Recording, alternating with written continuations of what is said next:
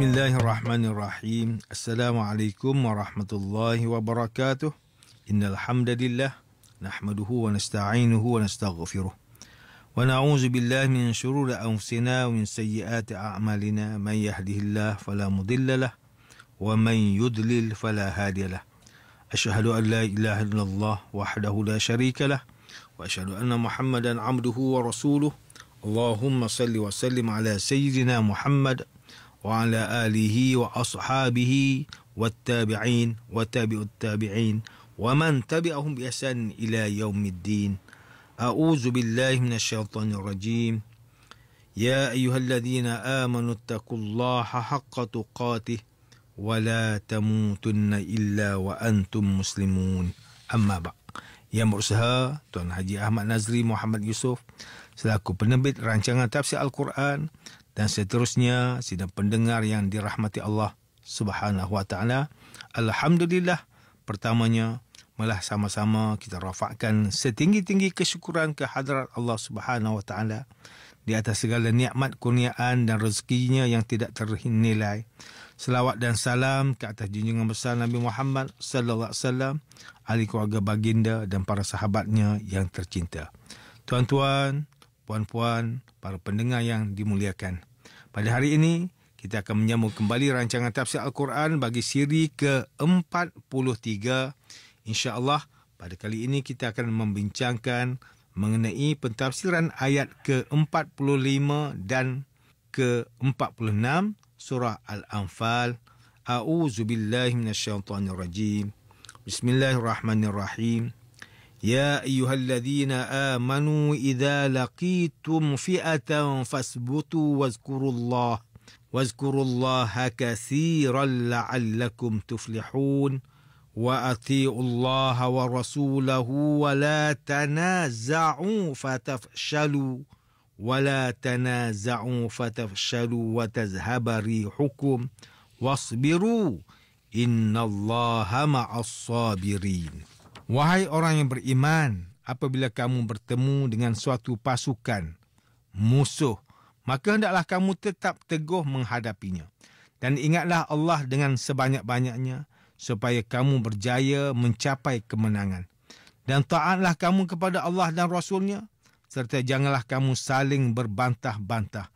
Jika tidak, nescaya kamu akan menjadi lemah semangat dan hilang kekuatan kamu. Dan sabarlah kamu dalam menghadapi segala kesusahan. Sesungguhnya Allah bersama-sama dengan orang yang sabar. Muslimin, muslimat yang dirahmati Allah, Profesor Dr. Muhammad Quraish Shihab melalui kitabnya Tafsir Al-Misbah menyatakan bahawa kalimah fasbutu pada ayat ke-45 surah Al-Anfal ini ialah diambil daripada perkataan sabat yang bermaksud tetap di suatu tempat sehingga tidak berganjak daripadanya, iaitu meneruskan perjuangan, tidak melarikan diri dan tidak berasa ragu-ragu terhadap nilai yang diperjuangkan. Manakala kalimah rih pada ayat ke-46 surah Al-Anfal bermaksud kekuatan. Walaupun pada mulanya kalimah ini bermakna angin, tetapi maksudnya bertukar kepada kekuatan atau kejayaan. Ini kerana angin berfungsi untuk menggerakkan sesuatu. Bahkan angin juga menghempas dan mencabut dengan kuat apa-apa sahaja yang menghalang laluannya. Maka ia membawa maksud kekuatan dan kejayaan dalam mengalahkan pihak musuh. Sidang pendengar yang dimuliakan, Ustaz Salahuddin Abdullah dan Ustaz Omar Khalid melalui kitab mereka Tafsir Mubin mentafsirkan ayat ke-45 dan ke-46 surah Al-Anfal ini dengan menyatakan bahawa taatlah kepada Allah Subhanahu wa taala dan Rasulnya dalam seluruh perbuatan dan perkataan, serta janganlah melanggar perintah Allah dan Rasulnya dalam apa jua perkara sekalipun. Janganlah saling berbantah-bantah dan berselisih faham sesama orang Islam. Ini kerana jika berlaku juga perkara tersebut, maka sudah pasti orang Islam akan menjadi lemah semangat dan bersifat penakut, untuk menentang pihak musuh. Ini akan menyebabkan umat Islam kehilangan kekuatan. Seterusnya, hendaklah bersabar dalam menghadapi segala kesukaran, kesulitan dan cabaran dalam masa peperangan itu dengan hati yang cekal. Sesungguhnya Allah bersama-sama dengan orang yang sabar. Manakala Tengku Muhammad Hasbiah As-Siddiqi menerusi kitabnya Tafsir An-Nur, mentafsirkan ayat ke-45 dan ke-46 surah Al-Anfal ini dengan menyatakan bahawa, wahai orang yang beriman, apabila kamu memerangi golongan kafir dan kamu menjumpai mereka dalam medan peperangan, maka wajiblah bagi kamu untuk tetap bertahan dalam memerangi mereka dan mengerahkan seluruh tenaga untuk menghadapi mereka. Jangan sesekali melarikan diri dan meninggalkan medan peperangan. Ini kerana bertahan merupakan suatu keutamaan, manakala melarikan diri dari medan peperangan pula ialah suatu dosa besar. Tengku Muhammad Hasbi As-Siddiqi menyatakan lagi bahawa perbanyakkanlah menyebut nama Allah Subhanahu Wa Taala ketika berperang, sama ada di dalam hati maupun dengan lisan. Ini kerana dengan menyebut nama Allah, maka akan tenteramlah jiwa manusia dan terhindarlah daripada segala bencana. Maka tetaplah kamu bertahan ketika bertemu dengan pihak musuh di medan peperangan dan sentiasalah menyebut nama Allah supaya kamu mendapat pahala dan kemenangan ke atas pihak musuh yang memerangi kamu. Firman Allah ini memberikan pengertian bahawa wajib kita untuk terus-menerus menyebut nama Allah, terutamanya pada waktu yang genting atau kritikal. Sesungguhnya, tetap bertahan sambil mengingati Allah merupakan dua cara untuk menuju kemenangan.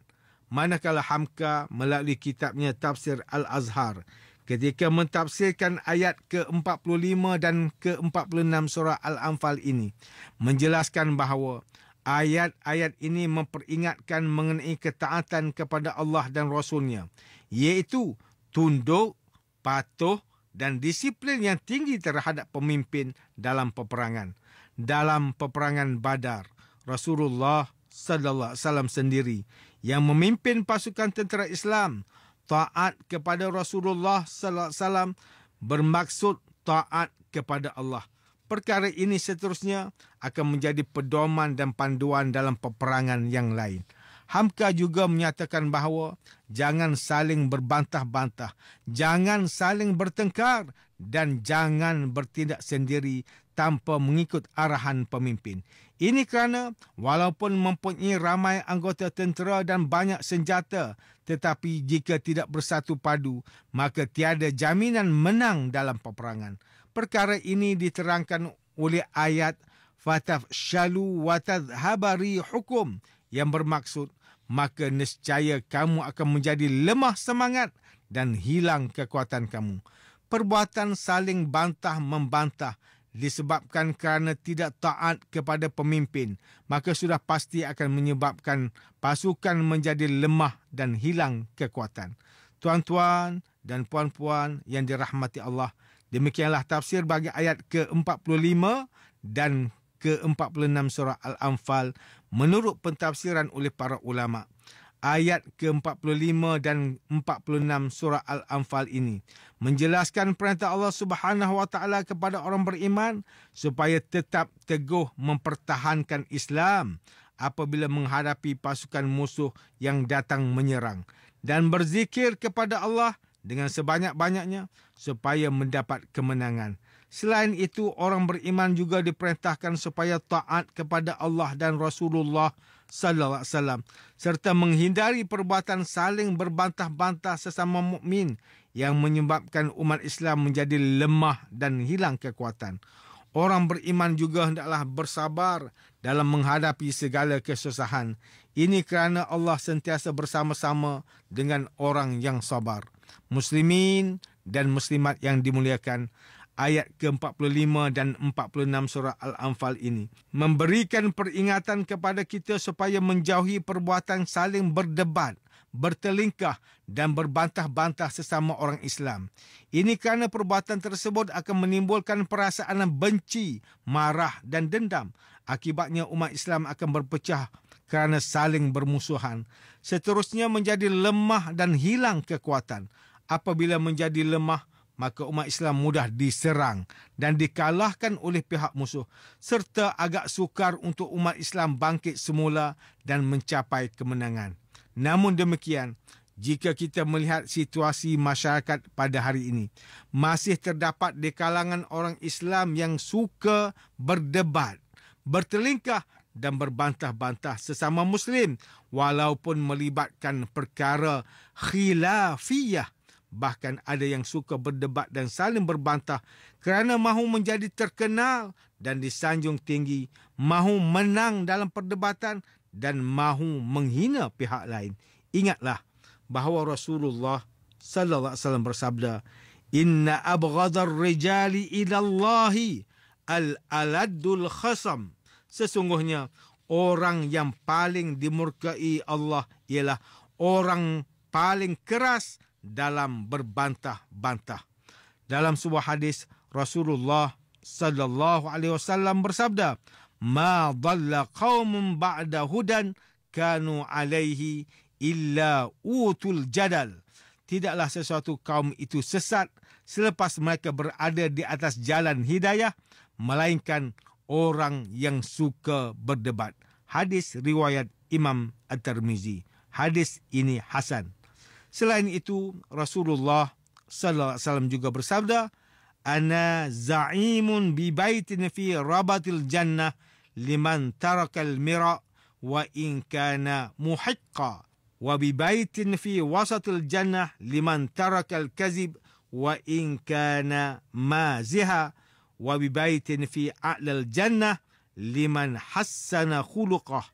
Aku menjamin rumah di tepi syurga bagi orang yang meninggalkan perdebatan walaupun dia berada di pihak yang benar.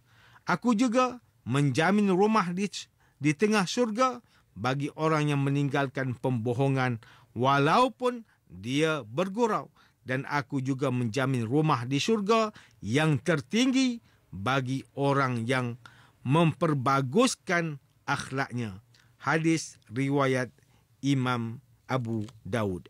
Sidang pendengar yang dirahmati Allah, antara pengajaran yang boleh kita ambil daripada tafsir ayat ke-45 dan 46 surah Al-Anfal ini, pertama, umat Islam hendaklah tetap teguh mempertahankan Islam apabila diserang oleh pihak musuh, sama ada serangan fizikal maupun pemikiran. Setiap Muslim juga perlulah sentiasa berzikir dan berdoa kepada Allah supaya dikurniakan kejayaan dan kemenangan. Kedua, setiap orang Islam yang mengaku beriman kepada Allah Subhanahu wa taala hendaklah sentiasa taat kepada perintah Allah dan Rasulullah sallallahu alaihi wasallam. Orang Islam juga hendaklah bersabar dalam menghadapi segala musibah dan kesusahan. Sesungguhnya Allah sentiasa bersama-sama dengan orang yang sabar. Ketiga, umat Islam hendaklah menghindari perbuatan saling bantah-membantah antara sesama Muslim. Ini kerana perbuatan tersebut akan menimbulkan perasaan benci, marah dan dendam. Akibatnya, umat Islam akan berpecah kerana saling bermusuhan. Seterusnya, menjadi lemah, hilang kekuatan dan mudah dipermainkan oleh pihak musuh. Tuan-tuan, puan-puan, para pendengar yang dimuliakan, sekian sahaja rancangan tafsir Al-Quran pada hari ini. Semoga kita semua mendapat manfaat daripada perbincangan ilmu ini. InsyaAllah, mudah-mudahan kita akan bertemu lagi pada siri rancangan tafsir Al-Quran yang akan datang. Wabillahi taufiq wal hidayah. Wassalamualaikum warahmatullahi wabarakatuh.